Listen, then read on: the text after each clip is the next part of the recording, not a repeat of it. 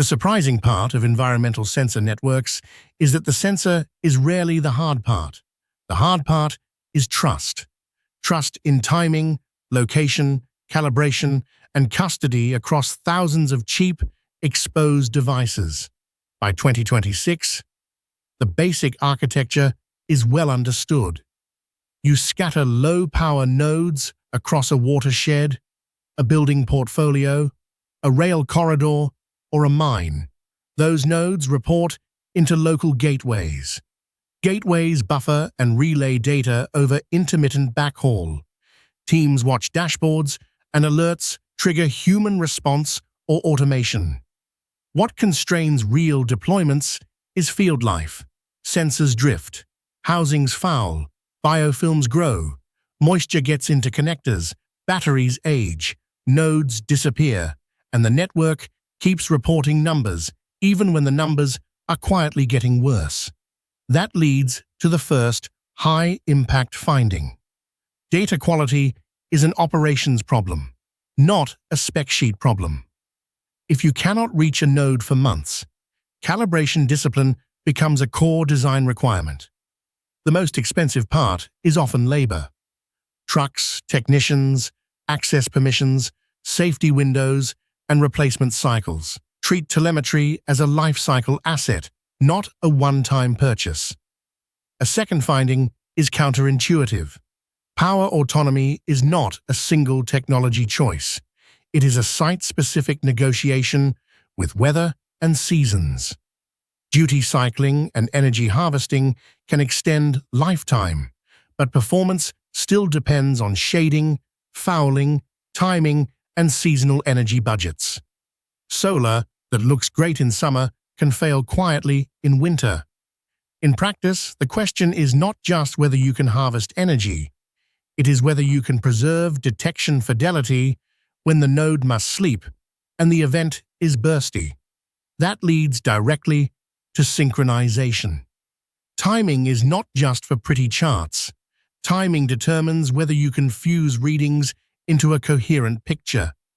Coordinated timing can cut energy use while keeping the network useful. Without timing control, you either burn power staying awake or you miss what matters while asleep. Third, localization is a recurring bottleneck, and it never fully goes away. Environmental inference depends on knowing where the measurement happened and how uncertain that position is. In many domains, GNSS is unavailable, denied, reflected, underwater, underground, or too power-hungry to use often. Any serious program must store location estimates alongside localization uncertainty. Otherwise, you will build a beautiful dataset that cannot support high-stakes decisions later. Fourth, distributed data fusion is where value compounds and where risk concentrates. Fusion converts sparse, noisy, asynchronous measurements into higher-level estimates. That is how you move from raw readings to something operational, like a flood risk indicator, a wildfire ignition probability, or a structural anomaly score. Yet fusion can also hide failure. A smart model can smooth away a sensor that is dying until it matters. If uncertainty is not carried through, a local problem can become a confident-looking regional estimate. So keep it simple. Every fused product needs lineage. You want to know which sensors contributed, which calibrations were assumed, and what the uncertainty really is.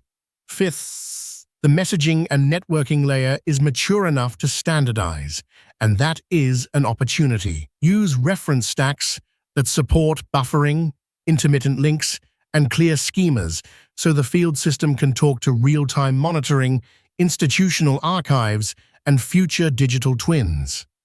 Now the part most teams underinvest in, security and provenance. Environmental telemetry is increasingly used in regulation, disaster response, insurance models, and infrastructure control. That makes spoofing and tampering operational risks. Node capture, calibration tampering, and provenance loss can produce false alarms, missed hazards, or costly misallocation of response. The pattern is clear.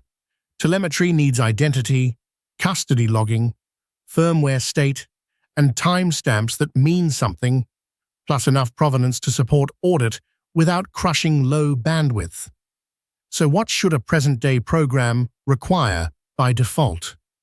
Every measurement should travel with a timestamp, a location estimate, localization uncertainty, calibration version, node identity, firmware state, and provenance fields.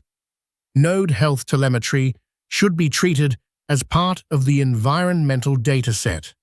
Packet loss, battery state, synchronization drift, uptime, calibration age, and exposure status are how you decide whether to trust the environmental signal.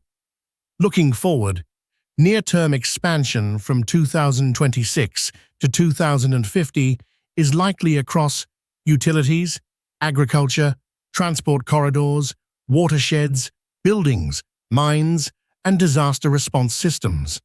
The limiting factors will often be maintenance labor, calibration discipline, data governance, and interoperability, more than sensor availability.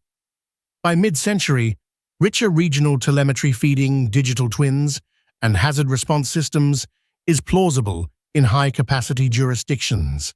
Adoption will be uneven, where trust, consent, or public finance is weak. The long-run vision, even intercontinental and planetary telemetry meshes, is physically permitted, but coordination limited.